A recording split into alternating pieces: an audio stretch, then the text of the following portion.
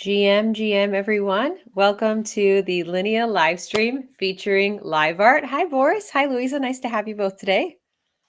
Hi there. Nice Happy to be here. Great to Hi. be here.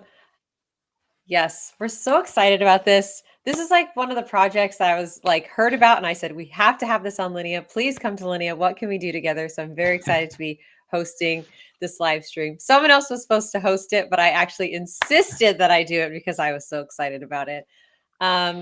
Boris, I just want to give you a quick intro. You are such an impressive person, and I'm very in awe of your pedigree, your background. You went to MIT with double major. What? And you're a serial entrepreneur. Tell us a bit about just some of the companies that you founded, your background in art, and then obviously we can talk about LiveArt. Thank you for the kind words, Susie. Yes, I'm Boris Pevsner, the co-founder and CEO of LiveArt. Regardless of what I did in my life, I consider myself to be first and foremost a builder. I have founded 5 tech companies across different industries: art, freight transportation, cloud computing, gaming, and of course, crypto and Web3. Been in crypto since 2017, and an interesting twist, which I'm sure we'll talk a little bit more about today, is that it's how I got into Web3. I got into Web3 by way of the art market. So I've been in the art business for many, many years. In fact, one of the companies that I had built called Collectrium was acquired by Christie's, which is the world's largest art business. And so I have spent a fair bit of time in the epicenter of the art market, kind of helping to drag it into the digital age. I have to say it first, kicking and screaming, and now now quite willingly. Yeah. And so about 5 years ago, I saw how Web3 was beginning to transform the art market, how art is created, how it's sold, how the audiences for art are expanding thanks to the growth of the crypto community, and this is how LiveArt was born. Wow, that is so cool. So so talk about LiveArt, why we're so excited about it. What do you guys do? What are you doing today also? Today isn't today. Yeah, go give us an overview about LiveArt first, and then we'll talk about what we're talking about today. All right, awesome. Yeah, I will, as a matter of fact, it's probably a good time to share, share my screen for about 5 minutes, and then we'll talk about what we are doing today. So let me do that. All right. Let me know when you guys can see the slides. We can see them. All right, perfect. So who we are, right? We are the world's largest RWA ArtFi ecosystem. So there's a lot of buzzwords here. ArtFi is the space on the intersection of art and not so much finance, but financialization. And RWA, of course, is real world assets. So we are on the intersection of all of those trends, and I'll explain to you what that means in just 1 second. So, but first, a little bit about the art market, because I would imagine the audience here is not maybe super familiar with the art market, and I just want to make sure that everybody understands that the art market is huge. It's enormous, right? It's this $2 trillion, some say, asset class. That's the amount of art and collectibles in private hands. There's about $65 billion worth of art that trades every year, and it's increasingly moving online. So now there are about 25% of the transactions online. And then simultaneously with that, the Web3 is a huge catalyst that is supercharging it even more. So there is a lot of trends going on. It's a huge market moving online and also at the same time moving to Web3. Now, on the financial side, people have noticed over many years that art, in particular contemporary art, is one of the best performing asset classes, right? So you have your equities, gold, real estate, etc. And it turns out that if you average it over 30 or so years, art outperforms them all. So art is actually the best performing alternative asset class. And as I said, I spent a lot of time in the traditional art world, or as we call it, legacy art world now, in big auction houses. And the reason that in that legacy art world or traditional art world, everybody is excited about art, it's not just the aesthetic reason, but also this economic reason for collecting art. Yeah. And so what's been happening most recently is this, right? So Web3 is really rapidly becoming, or is being recognized as the future of this $2 trillion art market, because it's changing very, very rapidly how art is created, how it's launched, distributed, traded, how it becomes globally accessible, how it becomes an asset class. And it brings a tremendous number of new audiences in the art market. There's neo collectors, investors, traders, the art curious people, but the folks who are not normally playing in the art market and are now coming into it from the crypto and Web3. Can I ask you about that? For Yes. you said like Web3 is the future of art.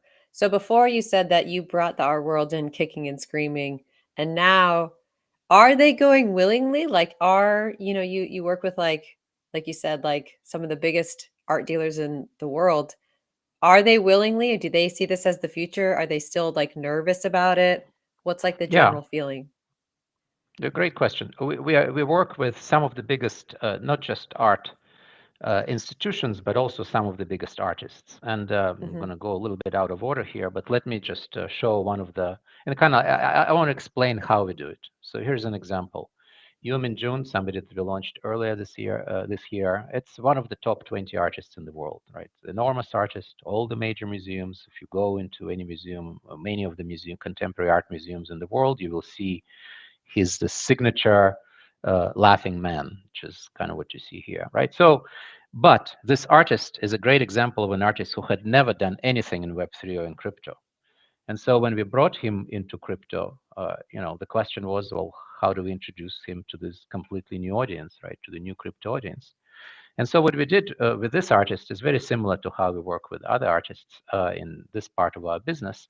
And that's we first, right, we do some kind of an edition, like an NFT edition. In this case, it was an edition of 1,000. It's very accessible. It deals with the main theme of this artist's work, which is Laughing Man. And it became very successful. It introduced hundreds of thousands of people in the crypto and Web3 sphere to this artist. It generated a lot of revenue, so that's one measure of success. But also, people really liked it. People liked it so Right. much that they wanted to get a print, which was a surprise for most of us, right? Because we thought, Hmm. well, we're dealing with a 100% crypto audience. They don't want to put anything on the wall, and yet they do. And so, about 25% of the NFT buyers wanted to also get a print. So we went to the artist and we said, all right, how about we do a print of the NFT signed by the artist? We will price it in line with the artist's print market, right, in the legacy art world. Right. And what happened next was amazing, right? What you see here, right? The Twitter just came alive with all of these unboxing videos and photos where everybody was excited about receiving these prints. All of the NFT holders now were excited about receiving prints as well. And the reason that I'm describing it is that this is a completely opposite behavior of how the legacy art market behaves, where everything is hush hush.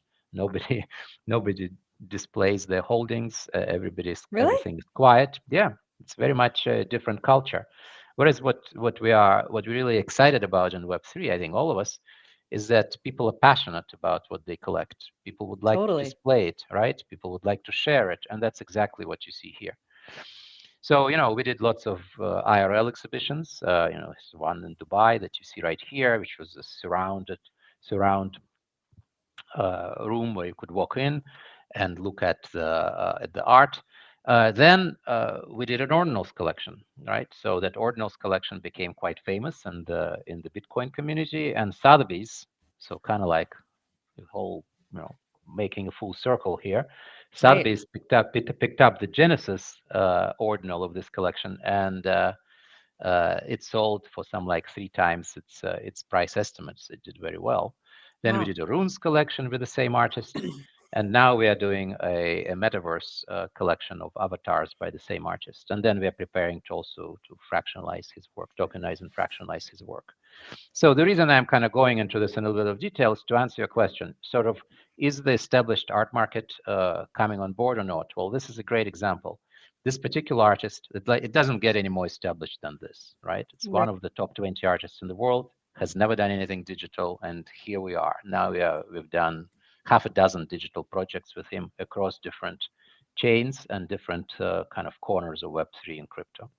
So it feels like there's like more to do. Like you can take your character, like the laughing man, and you can, like you said, you can do a whole exhibit around it. You can do prints, you can do digital, you can do metaverses. So are artists like is Min June, is he like excited about this? Is he seeing like, I'm sure that if your art touches more people, that's exciting, but there feels like there's like more mediums to interact with.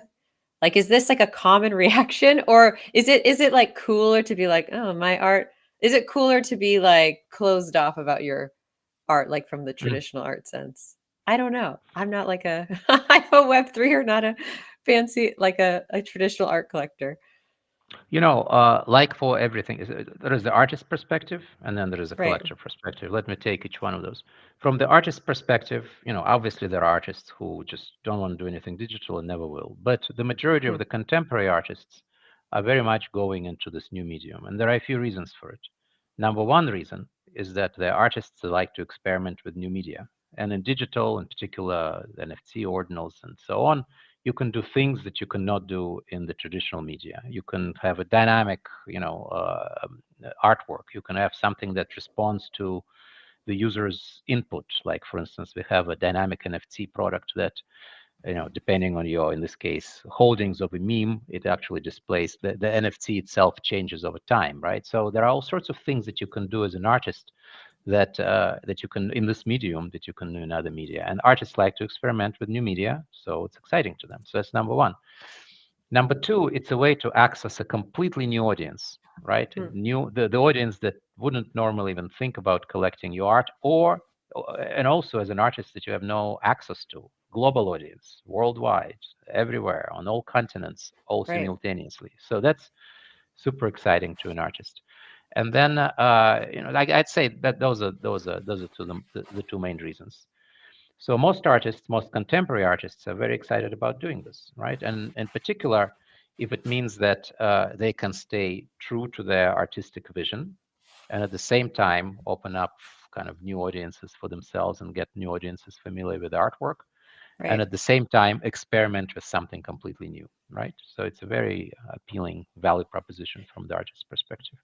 Do you Now, feel like sorry about no, do please. you feel that is your interest then more of like is LiveArt's like mission to then take traditional art and move it like you're saying, like expand sort of like the horizons of this traditional art, or is it also to take art that's Web3 and then introduce it to the more traditional world? Does it go both ways, or do you have a focus one way or the other?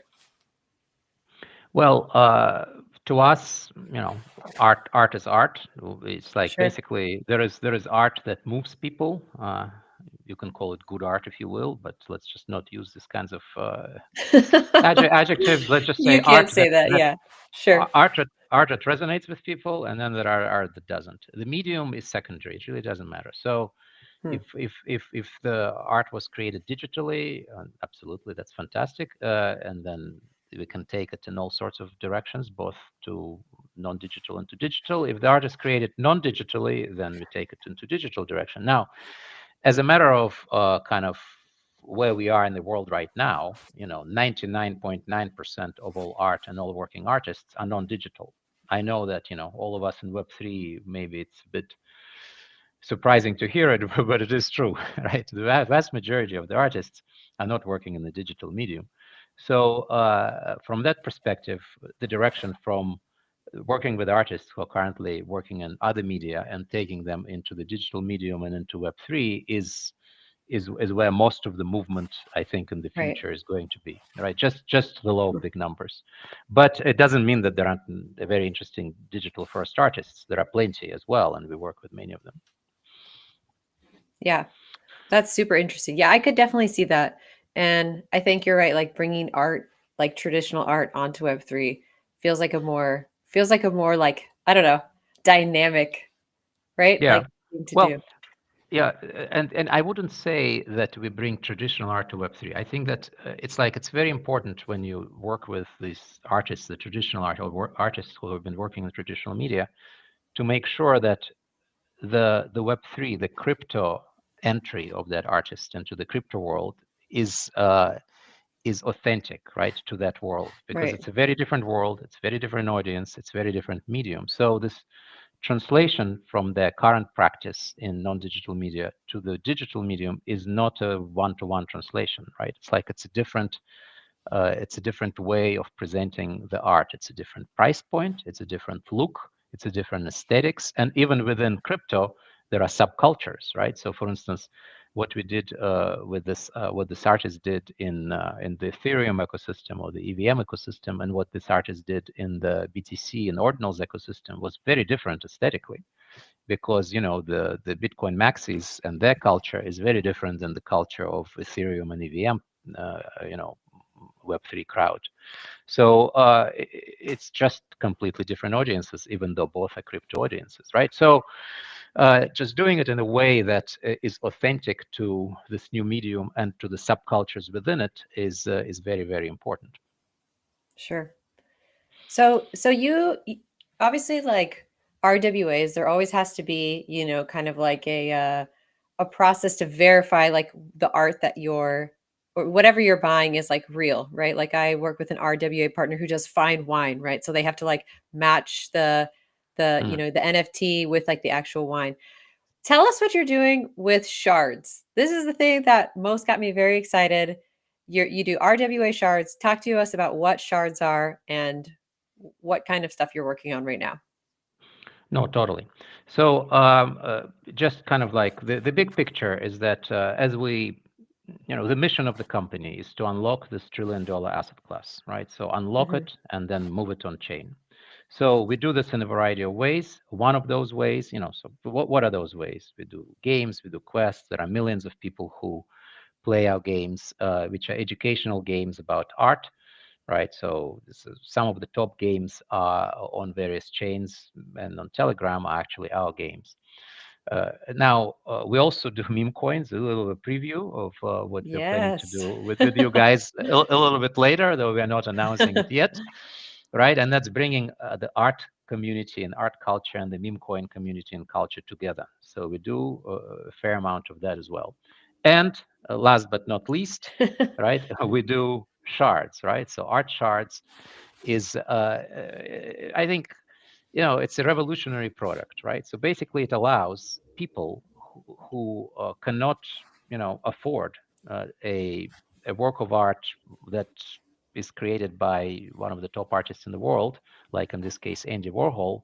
In this case, it's a $300,000 work of art called Superman, from a very famous series that he had created in the past, right? So very expensive artwork, iconic artwork. Again, that's an edition. So other editions of this artwork are in some of the major museums and major private collections in the world. So it would be very difficult to, an average kind of crypto player to a holder to get a hold of such an artwork, let alone afford it. So what we do is we tokenize and fractionalize an artwork like this. So in this case, it's this particular artwork. And we gamify the purchasing process of it. I'll pass it on to Luisa in a second to actually show the process and describe it in a little bit more detail. But I really wanted to talk about kind of like why we're doing it, right? The reason that we're doing it is that you are everybody now is able to participate in this collecting culture, and not just an unknown artist, but some of the well-known, best-known artists in the world, some of the biggest artists in the world, iconic artists, the ones that are in all of the major museums worldwide, and you can own a piece of that artwork. That's what's amazing. And so that's available natively on Linea now. I guess starting today, we're about to launch it, or we launched it today. And so anybody is now able to own a piece of the Andy Warhol Superman. So that's what's amazing about it. That is so amazing. So is this, I know you can buy signed Andy Warhol prints. I know you can buy original. Is this a print, or is this like another one? No, it's this one is an edition. It's a very small edition. I think an edition of 200. So it's one of them. And it's a fairly large print. It's stored securely in one of the free ports in one of the top ones in the world. And so, but it's not owned by by us or by the seller. It's owned by the community, right? So there are 100,000 shards. And so you can own one of those, 80,000 shards. You can own one of them or 100 of them. There are different ways to to do that. And I think that at this point, I would like to pass it on to Luisa, who is the mastermind behind this, to actually tell us a little bit more about this and how to purchase it on Linea. Yeah, I'm going to share my screen. Thank you, Boris. Let me go over here. Let me know if you can see it. It's probably still loading. Might take a second here. All right, I think it's loading. So this is, we've shared the live post on LiveArt. You can go to on X at LiveArt X and you'll be able to see it. It includes the link to this exact page. This is all live on Linea. And we have a few different buying options. So you can buy a full pack, which includes 100 shards of Andy Warhol. And then you can also buy single packs, 5, 10, 25, and 50. We've actually launched a holiday campaign where each pack gives you a special like Superman kind of hero pixel version of this artwork. And you earn 7,000 art points per purchase, along with bonus rewards and a pack multiplier. So the bonus rewards depend on where you land. So you can see here, this is a full artwork. And here we have a bonus art point zones. So depending on which area you land in your shard purchase, you can get up to 21,000 extra art points, or you can get 7,000, 3,500. We also have a referral program. So here you can see kind of the different referral levels. You can copy your own referral link here. And we highlight as well our collectible milestones. So once you reach a certain milestone, you'll get a special collectible reward with your purchase. And so cool. Yeah, it's very cool. You just buy a piece of an Andy Warhol. How crazy is that? That is so cool. Yeah, and get a bunch of rewards as well. And points. It's Web3. Exactly. Everybody wants the points. So that's like double points, triple points. Exactly. And buying it's very easy. You just need to make sure that your wallet is connected on Linea mainnet, and then you can select, the pack size that you want to purchase, and then you just click buy, and it's smooth sailing from there. Once you successfully purchase, you will be taken to this section where you have your art shards, and you'll have, how many you have purchased, how many points you have earned, along with here you can see kind of where your purchased shards have landed. I think that's so cool as well. That's actually what I was going to ask you. So I saw that's like it's a grid, right? So I was wondering if you can like pick your own pieces, or do you just like it's like a Pokemon deck. You like buy a pack and then you open it up and you're like, these are the cards I got. Is that how it works? Or can you like spend more money to get like part of his face or like part of his S? How does it work? It's completely randomized at mint time. So when the collector mints, it's completely random which section they will get on the artwork. Makes sense. So but Susie, you probably know what's coming after that, right? So what's coming after that is the secondary market, and that's when people can actually trade their shards and, in fact, assemble a face, right? So assemble a feast, or really get trade with other people, just like Pokemon. Your Pokemon cards analogy, I think, is perfect because you trade to get the set that you want. Yeah, that is very cool. Someone also had something that said he was actually asking about the secondary market. Crocodile Rider, great name. I don't know who came up with the name. That's fantastic. Might be from Florida. Could be from Florida. So could you I guess you could burn. So let's say you own the face. Could you like burn and merge those into a larger NFT? That's a good question. Maybe that's like a third thing. Right now, phase 2 is the secondary market. We will get there. Maybe a phase 3 is you can combine them into a larger NFT. It's a cool No, idea.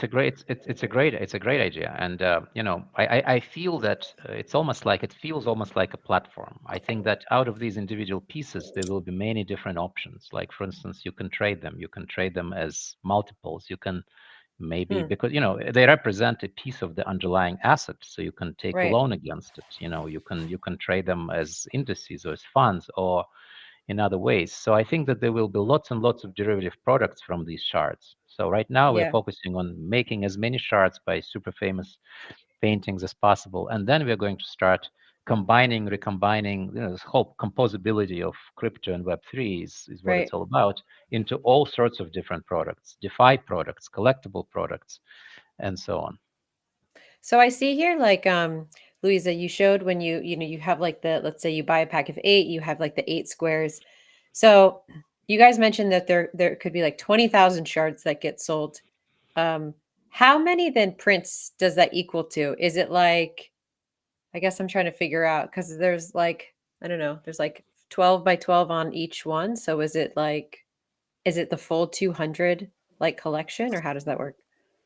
So, so we basically have internally designed, and the print is acquired at a certain milestone. So, it Got will it. be, I think, people with 1,000 shards will get a print, but it's a version of the kind of shards that they own. It's not the kind of actual print Got here it. because the print is just fractionalized. Yeah. Yeah.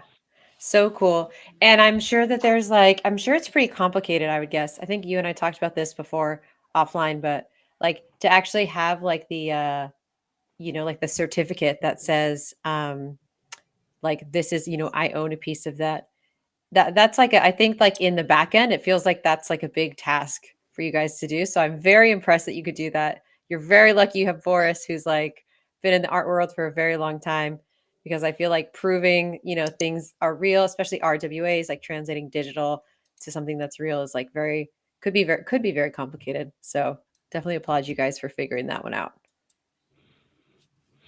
Yeah, we Cool. basically use the same. I think it's you mentioned it twice, so I think it's important to um, uh, kind of uncover a little bit how we do that. We basically use the same techniques that big auction houses use, right? As you mentioned, I spent a bunch of time at big auction houses, as have other people, other team members, and so we use the same rigorous processes for authentication and Right. provenance research for all of these pieces that auction houses use. Just Yeah. basically lifted their processes and using the same ones to make sure that everything that you buy a piece of, a shard of, is an authentic artwork.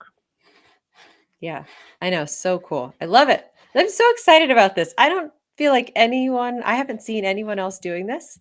So when I first met you guys, I was very excited because I feel like it's very unique.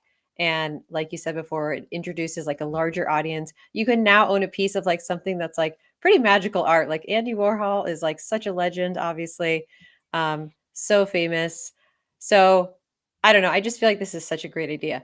So shards go on sale on Linea, I think today. There's a couple comments in here where people saying that there might be some issues. I've already flagged to the team regarding like connecting to base or versus Linea. So we'll get those figured out. But I feel like this is going live today. And you guys have a great roadmap, right? Like you mentioned before, you already teased it. You teased it so early, but I thought we were going to save it till the end of like your fine art collection around memes. Can you talk to us a little bit about this? Because I think this is so fun. And talk to us about what you guys are doing. I think you did something with Pepe and now with Foxy. Yeah, I'll start, and Luisa, please chime in because the mastermind of that one too. It's we feel that in some sense art is the original meme, right? Sure.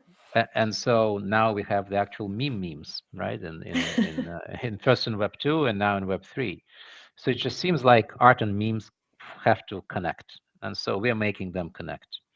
We're making the communities connect, and we're making them visually connect. So we released one such project with Pepe, and we're going to release again. It's a little tease with Foxy. shortly. And the idea there is that not only do we connect the communities, but we also make it a very interesting collecting experience, because the more meme coin you hold, the more interesting the NFT gets. It's a dynamic NFT. It's not a static one. Ooh, So it actually acquires more and more of the traces or traits of the underlying meme coin and its various cultural components, the more meme coin you hold. So it's like you know this same NFT, if you purchase more meme coin that it's kind of connected to, it will actually change its appearance. So that's what's kind of most interesting and innovative around it. So there is an art component to it. There is the meme coin component to it, and then there is this Web3 innovation component to it. So we're really excited about this launch that we did with Pepe last week, and then the upcoming one with Foxy. that is so cool. I actually didn't. You told me that before, and I forgot that, and I think that's like a really, really cool way to do it. Are you going to show people, or are you going to let people figure it out? Like, is there going to be like a Foxy Mona Lisa that you can see evolve on your site, or are you going to say, you know what, I'm not going to tell anyone. Here's what it Yeah, could look like, and then let people like get the art, and then like compare it, and like kind of do like a yeah. little scavenger hunt. We definitely will not reveal all of the Easter eggs that are in Nice. there, but we'll describe the overall mechanism, and then we'll keep some of the interesting details of it, uh, you know, until people find them themselves. Yes, I love that. I love the idea also of the scavenger hunt. I love it also, like we were talking about before, like with we have to trade them to sort of like fit the pieces together. Anything where there's like community activating community, and there's like, I don't know, there's like some work that has to go into it. It makes it more fun. I just personally feel that Absolutely. way. Yeah. I think that people like to collect things. People like to make money, but people like playing games even more. Yes. So, so I think what we've been trying to do is connect these three things, right? It's a collectible. It's an actual piece of art. It is also, something that we believe, well, certainly something that has the underlying asset is a real world appreciating asset, and it's also fun because it's gamified. So those three things together is what we are trying to, you know, engineer so that everybody can enjoy the experience. That's brilliant. I love it. So, again, to recap, you guys have merged traditional art and Web3. You have games that teaches people about art. You offer real world asset pieces, own a real piece of a real world asset of an art collectible. You have memes becoming like that's so cool. You have memes that are like evolving art. What else are you guys doing? I mean, that's like a crazy laundry list of amazing things. What else do you have that like we somehow missed? Well, I hinted on that a little bit earlier. So once we have some kind of a sort of critical mass of these shards that exist in the world, right? Lots and lots and lots of them by really famous artists across many, many famous artworks. We are going to start doing creative things with them. So some of those things may be collectible things. So producing, kind of composite collectibles across multiple shards. Like in fact, one of our listeners here suggested a great idea. And some of them are financial related. So putting these shards together into essentially trackers of the performance of different sectors of the art market. So if you want to invest into Warhol, not just a specific Warhol painting Mhm. or artwork, but the entire Warhol kind of output, you can, because there will be enough Warhol shards in the system that this index, a Warhol index, can be created and it will become investable. If you would Wow. like to get a loan against this asset that you hold, which is shards of different famous paintings, you can do that as well, and so on and so forth, right? So again, thanks to the composability of crypto and Web3 ecosystem, the possibilities are endless. What is this? This essentially is, right? It's a new asset class. Now there will be, if we are successful, which I'm sure we will be, millions of people holding this asset class as shards, and then you can do all sorts of creative things with it, both collectible and DeFi, financial. Yep. That is, I love it. I love to see the innovation. We're so excited to have you on Linea. Thank you very much for coming over. Always looking for the best projects. And we definitely feel like you guys are one of the most interesting projects around.